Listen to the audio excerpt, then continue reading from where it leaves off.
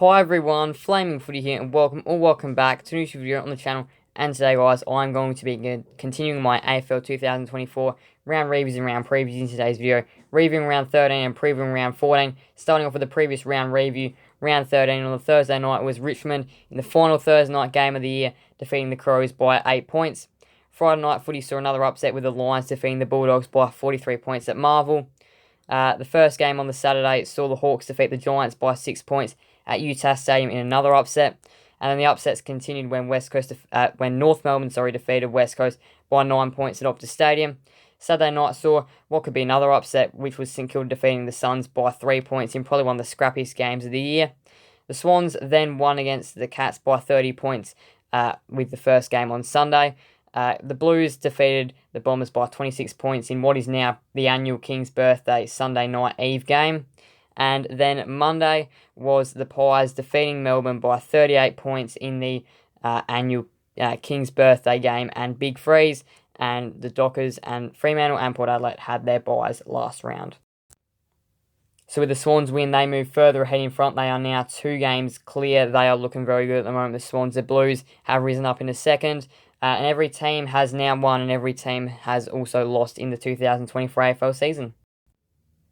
And for the Coleman medal, Ben King and Charlie Cohn are equal top with 38 goals, followed by Jake Waterman on 33. Now time for the round 14 preview, starting off no Thursday night footy this round, of course. The Friday night is going to be Brisbane taking on St Kilda at the Gabba. This one is definitely an interesting Friday night game, of course.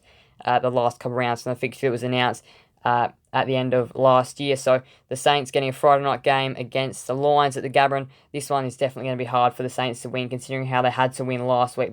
It wasn't the most impressive game. The Saints play a very defensive game style. They do struggle to score, and I mean, against the Lions side who can defend well, this one could be ugly for them.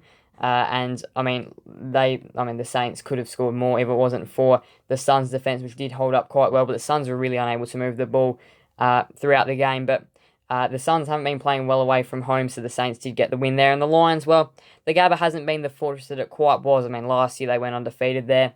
Hasn't quite been that way this year. They've lost some very winnable games there so far this year. This one is one they do not want to drop there. They're back in the finals hunt, and this is a game they simply do not want to drop, because if they drop this game, they are done. And the Saints, they're in 14th, and I mean, this is their last chance. If they are to make finals, which would be a bit of a tough ask from here for them anyway, they'd have to win this game. But I don't think it's going to happen. I think the Lions will be too strong to win this game by 43 points, because the Lions, they were impressive last week, and yeah, I reckon this will be too strong. First game Saturday is going to be Western Bulldogs taking on Fremantle at Marvel Stadium. This one shapes to be quite an interesting one. And if Fremantle, which they're thinking about tagging Bontempelli, if they do and do it well, they will probably win this game. But this is a big game. The Western Bulldogs need this win to get back into finals contention, because they're just kind of starting to slip away at the moment. And a team that can be inconsistent like the Western Bulldogs could lose some very winnable games at the back end of the year, which you got to bank to make finals. And you'd probably think 13 wins, 10 losses is probably what you need to make it this year, and a healthy percentage, which they've got at the moment. But Fremantle, they've been in some good form recently. That win against Melbourne was such a big win and a good win that really they'll show they're definitely on the right track. And this one will be a 50-50 game. This one's going to be a close game, an interesting game. But look, the Doggies didn't play very well last week. The Dockers off the bye, but the week before was their brilliant win in Alice Springs, and I think they're going to come out playing really well, and I think they'll win this game quite comfortably by 19 points.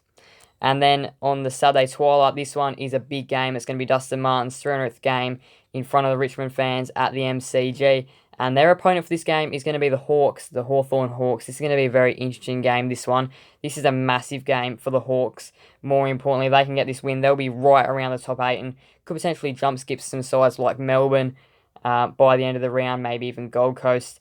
So they could be jump skipping quite a few teams, the Hawks, if they get this win. And I mean, depending by if they do get the win, percentage could also come into a factor as well. Their percentage isn't the greatest, so they'll be looking to try and rebuild that as well, the Hawks.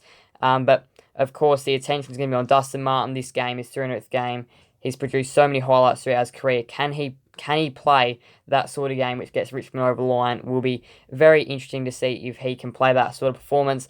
Richmond, they're only getting players back at the moment from injury. They haven't lost too many over the past couple of weeks, so they're definitely getting players back, which means they're turning their season around. And last week's game was good. They put on pressure, effort, and got the win in the end. And I mean, the Hawks, they're playing great footy at the moment, knocked off a really good competitor in the Giants last week. So I think they'll be too strong winning this game by 27 points, but this one really could go anyone's way. Saturday night footy is going to be at the Adelaide Oval. It's going to be Adelaide taking on Sydney. And, well, of course, we all know what happened last year with that controversial goal not goal decision. But the Swans, I mean, they've been the best team this year, fair to say. That's pretty much what I say most weeks about them, is that they are the competition best. And they went into the round a game and a half on top. They went out of the round 2 games on top. So, of course, if a couple sides below them, like Carlton, Essendon, lose and they keep winning, this could be a massive gap that they grow in the rest of the competition. So they're looking really good at the moment. And, of course, taking on Adelaide at the Adelaide Oval. So this one's going to be a big game for the Swans. And, I mean, the Crows, well, this season is definitely fallen apart for them, which leads me to say I think the Swans will be too strong, winning this game by 35 points.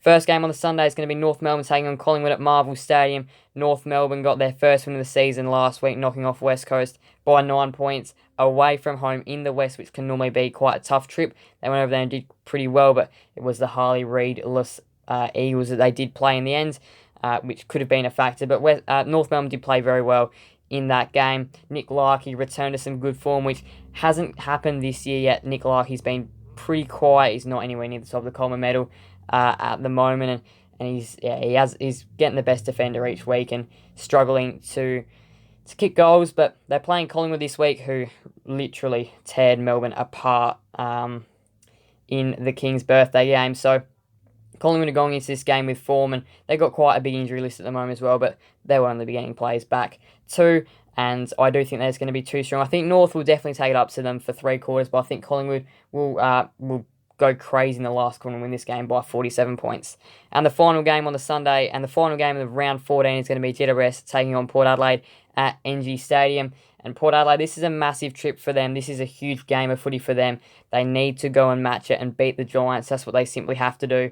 They're just falling away the past couple of weeks. That game against Carlton in round 12 was definitely not their finest, and they've just been one of those teams that just does okay throughout the season, and they're sitting 4th at the moment, so it would suggest they're doing pretty well, but yeah, their last few weeks hasn't been anything spectacular. And, well, the Giants, I mean, their last few weeks have also been nothing spectacular as well. So I feel like the winner here gets some form. So this one is a big game for the winner at NG Stadium, a place that Port Adelaide haven't played at for a while. I think the Giants will be too strong winning this game by 23 points. I think it'll be a relatively good game of footy, but I do think the Giants will be too strong. But, yeah, that one will be very interesting to see. And the buys for round 14, Carlton, Essendon, Geelong, Melbourne, West Coast and Gold Coast. Alright, so here's a ladder after round 14. I'll have Sydney going to the table, and I'll have the Pies jumping up into second. Make sure to pause if you want to see the full thing.